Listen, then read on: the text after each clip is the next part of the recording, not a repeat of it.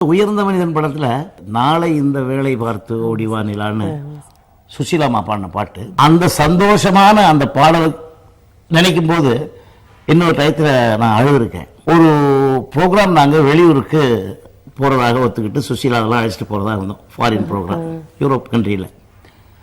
So அந்த program book பண்ணி அவங்கள ஃபிக்ஸ் பண்ணி டேட் வாங்கும்போது அந்த சுசீலாமாவுடைய கணவர் உயிரோடு இருந்தார். அவங்க இறந்து போனதுக்கப்புறம் திருப்பியும் அந்த அம்மாவை நான் கூட்டிகிட்டு அந்த டூருக்கு போக வேண்டியிருந்தது. அவங்க வரமாட்டேன்னு சொன்னாங்க.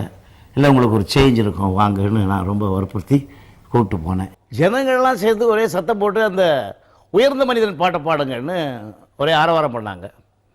சரி, நான் கூப்பிட்டேன். எனக்கும் பிடிச்ச பாட்டு, அவங்களுக்கும் பிடிச்ச பாட்டு, ஆர்கெஸ்ட்ராக்கெலாம் ரொம்ப குஷியான பாட்டு அது.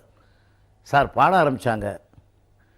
நாளை இந்த வேளை பார்த்து ஓடிவா நிலா, இன்று எந்த தலைவன் இல்லை அப்படின்னு சொல்கிறதுக்கப்புறம் அந்த மாதிரி பாட முடியல. எனக்கும் அப்போ தான் தெரிஞ்சிருந்தது ஏன் பாட்டு பாட சொன்னோன்ட்டு.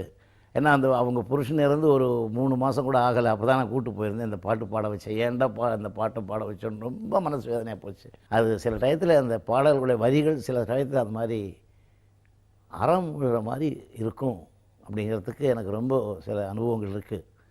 இருந்தாலும் அந்த பாட்டை எப்போ கேட்டாலும் அதிலேருந்து நான் ரொம்ப அந்த பாட்டை ரொம்ப உன்னிச்சு கவனிப்பேன். இப்படி ஒரு பாட்டு வந்துருச்சு அவளுக்கு அந்த மாதிரின்ற ஒரு ஃபீலிங் எனக்கு இருக்குது.